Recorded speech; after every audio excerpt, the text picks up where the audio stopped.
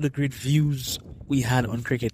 But nonetheless, we had our battles, we had our struggles, but we are actually back with the podcast, and it promises to be even better this time around on Birdie's Hot Seat. And we're just going to dive right into it here. We're going to talk about the recently concluded test series in the series between Pakistan and the West Indies in Multan, Pakistan. There was a lot to talk about. And there were ups and downs in that tournament. And, it was a hard tournament going in to it for the West Indies. It was always going to be trying and testing conditions for the teams. The new, especially the West Indies teams, even for Pakistan as well. I always felt that Pakistan's team is always up and down. They're similar to West Indies. They just have their nose in front, I believe, in terms of cricket, in world cricket. But with a wicket like that, playing spin and all those sort of stuff that happened in those days of cricket, we never got to see. We never got to see. Fast bowling really taking the foe and doing its thing. What we saw here, folks, we saw spin really playing a major factor in the both contests in the two test matches between West Indies and Pakistan. And obviously, we will start off with the West Indies. We'll be more critiquing the West Indies because of the fact that, obviously, we here at Birdie's Hot Seat, myself, obviously, I'm from the Caribbean, I'm from the island of Dominica, and I obviously will be looking at our boys, critiquing them, giving them the props when deserving, and also giving them, some blows when they need it. And I think it's one of the things here at Birdie's Hot Seat that we are really always trying to do. We're always trying to give constructive criticism, just not criticizing without coming up with solutions. And, what we really do here, is really something special. So we're going to get into it. So obviously, in a nutshell, West Indies drew the series 1-1. A lot of people going into this tournament would have said that, West Indies didn't stand a chance. I myself had my doubts that West Indies was going to put up a fight, especially in that first match, where they really crumbled miserably. And, the spin bowling, the spinner is really coming into the fold, doing what they have to do, picking up wickets, really diving into this West Indies batting lineup, and where I had batting lineup of the West Indies were not, the best. It hasn't been the best lately for some time now. What you have a lot of young guys, which is good for the cricket, but I always believe, you need to have some sort of youth and experienced players mixing. We have Craig Brathwaite. Craig Brathwaite is definitely the West Indies captain, and, he's the most successful batsman we have in Test cricket for the West Indies over the past 5-6 years or so, I would say, in terms of batsmanship. And remember what I said, folks, in terms of Test cricket. I'm not saying generally. I think West Indies' best batsman, and I always said that the best batsman in the Caribbean is Shai Hope, without a doubt. That man is sheer class, pure elegance. When he bats, people really, really look, because he's fantastic. He's good off the eye. He's quick on his feet, and that hand-eye coordination he has, he seems to just be getting better and better. He started off his test career, when he got those 200s, back-to-back hundreds at Edgbaston in the home where cricket is so greatly appreciated in England. And, it was really, really fantastic to see, but, he fell off. Sometimes he didn't get some scores, and then the selectors lost faith in him, and then he got dropped, and then we haven't seen him since.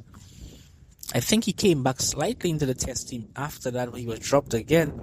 So, to me, where we play and what we do in West Indies cricket, I don't believe that we should have, what you call, like a player for, specialist players. We need to start to understand that. And we need to start to understand where we are. And this is why I talk about constructive criticism in cricket, in West Indies cricket. we need to start to understand that we are not doing better. We're not doing well. We have talent. We have some talent, I must say. We have some good talent. We have some very good talent. But we need to nurture, really nurture, the talent that we have and use what we have the best that we can and use the experience that we have to push the talent that we have. So I always was objecting to that series when West Indies went to Pakistan with that team. A very inexperienced team, but nonetheless, one would argue that's what we had. So we went with it. The likes of Kavem Hodge, Alec Athanaze, Justin Graves, the captain. As I say, he was an experienced player. We went with Roach as well, Casey Carty, and stuff like that. But on a turning surface, it's what's always going to prove difficult. We crumbled in the first match, and Pakistan really capitalized with their spinners. The off spinner, doing a fantastic job. Really crumbling the West Indies team and doing quite handsomely in Pakistan. Fast forward, that game, we only had, I think, the only guy really getting us a score there was Alec Athanaze, West Indies, the Dominica and West Indies player, fantastic player. He really counter-attacked the spin bowler. I believe that, he was in his element in that second innings. He loves to play under pressure. He loves the challenge, and that's what about Afanaz I love. He loves the challenge. He loves, when his back is against the wall of the team, he really shows up.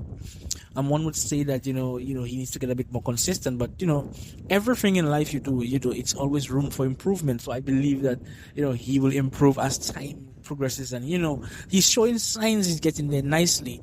I mean, we in Dominica, we always say we know how good he is. But it's one of the things. He's always showing signs of brilliance in every test match, every series, not test match, every series he plays. He always shows signs that hey, don't forget about me. I'm still a class act in every game. We need him to get more scores. We need to get him to be more consistent with as of everybody on that team, right? So he's not here alone. But we need to give him time to grow as a player and allow him to really come to the fore. I think he has 12 test matches under his belt. So to me, if he gets to about 20 test matches, he should be able to be a bit more consistent right now. After as the rest of the test matches go out this year, next year, you may see some more improvement, and he has more scores and so on. Because he's a very confident cricketer and he really takes his craft really professionally. So just hope and pray that he does well. Not only in Dominica, but people in the Caribbean. Caribbean people love Alec Athanaze and they really want to see him do good. Also, same to Kavem Hodge. Kavem Hodge has just been a bit slightly more, in terms of the runs, a bit more prolific in his scoring. But, it's, as I said, it's a work in progress. Justin Graves, he had a fantastic regional Super 50 tournament last year. He came in, he was looking good. But I mean, I don't want to sound, too negative or too putting too much hype on the West Indies team, but I believe the series was tough for batting on a whole. So it's not only the batsmen of the West Indies were scoring, it was also the batsmen of Pakistan, apart from Mohammad Rizwan, guys didn't put up their hands. They didn't get a chance. The wicket was turning square from the first day. Also, you had Alec Athanaze get into half century. Who else got runs for the West Indies in that match? Only thing you had the bowlers like Warrican, you had Kevin Sinclair, you had Kemar Roach. Gudagesh Moti, those guys, really putting up their hands and really contributing 30 runs with the bat and really giving West Indies something to really do that. So it was a closer contest than what that one would think, from the West Indies perspective. But nonetheless, it's a work in progress. And as we saw the second test when they came to play, they really played better cricket.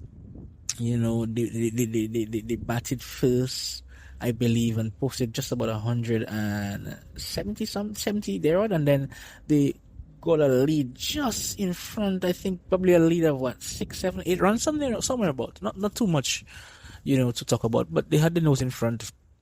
And Pakistan, coming there and just doing what they had to do. But West Indies did really justice to themselves in that second test. Just thinking, I probably would have made an error. I believe that the West Indies bowled first in that second test, and Pakistan batted second. So I believe, yes. So Pakistan would have probably batted second in that innings, in that match, and then obviously West Indies bowled them out, and they never recovered. So it was wonderful cricket. It was wonderful to see by the West Indies. It was beautiful cricket, and our guys, kudos to them. And I left the best for last. I didn't make mention to the spinners here, folks, up until now. I mean, the likes of Kevin Sinclair, Kudagesh Moti, and our talisman in that series, Jomal Warrican, the left-hand orthodox spinner from Barbados. He did an excellent job. I feel that Warrican was superb with his lines and his lengths, and he really speeds, his bowling speeds. He dropped significantly, and this is what happens. His thought process going into these matches, realizing that bowling a bit slower would give him an edge over the batsman, and allowing them to really, get the ball to snow. He will allowing the ball to spin more, a little bit slower on that surface, and obviously getting more spin, and will be causing more problems to the batsman. So the batsman will have to, even try and get their pace, make their pace, because there's no pace on the ball, and he was excellent. He was bowling wicket to wicket, both men under the bat. On the bat, obviously, he had some the guys that slip, and it was really lovely to see, to watch Warwick, and it was really a joy to see him really pick up those wickets.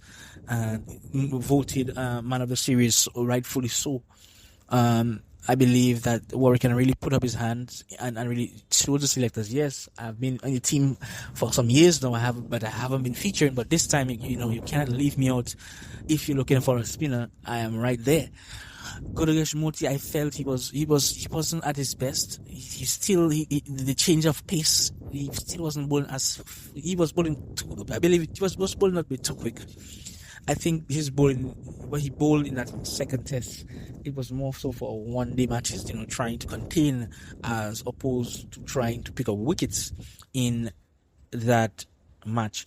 Because sometimes, as Warwick showed, you slow down the pace, slow down the ball, let the batsman work with the pace that he has. Make him make his mistake. Throw it up there. Not just throwing it up there for throw it up there's sake, but throw it up there with some spin.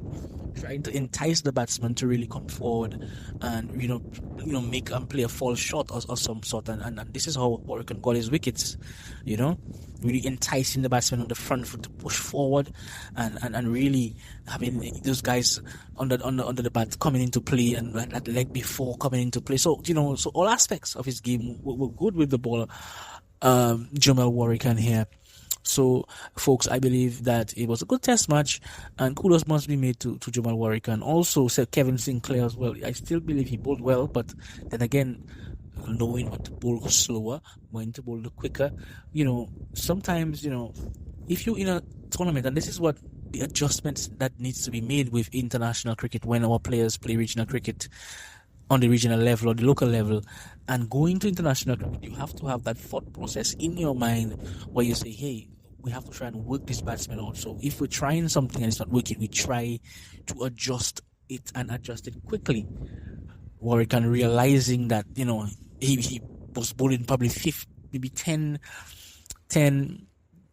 miles per hour slower than he normally bowls. So it just shows the adjustment that he made. But I believe that Sinclair and Kudagesh Moti, they really didn't, really change their pace. They really didn't change up their pace as such. And, obviously, Warwican really capitalized and did what he had to do. And kudos must be made to him. Again, as I said, wonderful performance, splendid performance by Kudagesh Moti, and really and truly deserving the Man of the Series award here in Pakistan.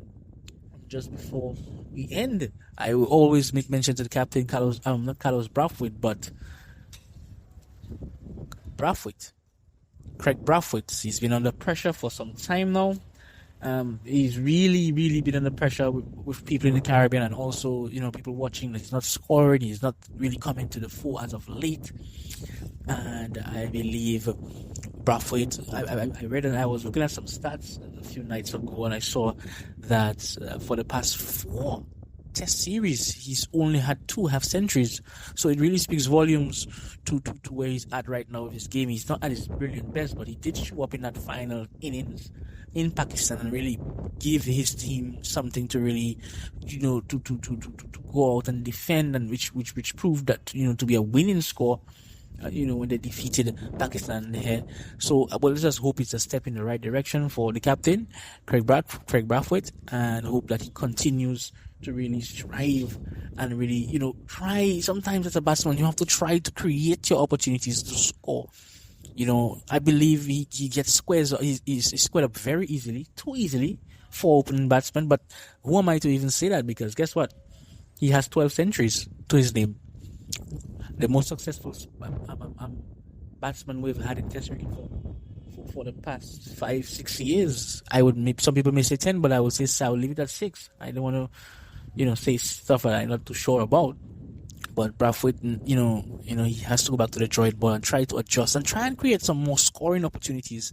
We know he has the patience. We know he has the temperament, but sometimes, balls come, balls go, half volleys come, and, it's just leaving them. And you're well set, you're well in, scoring opportunities, you're losing scoring opportunities.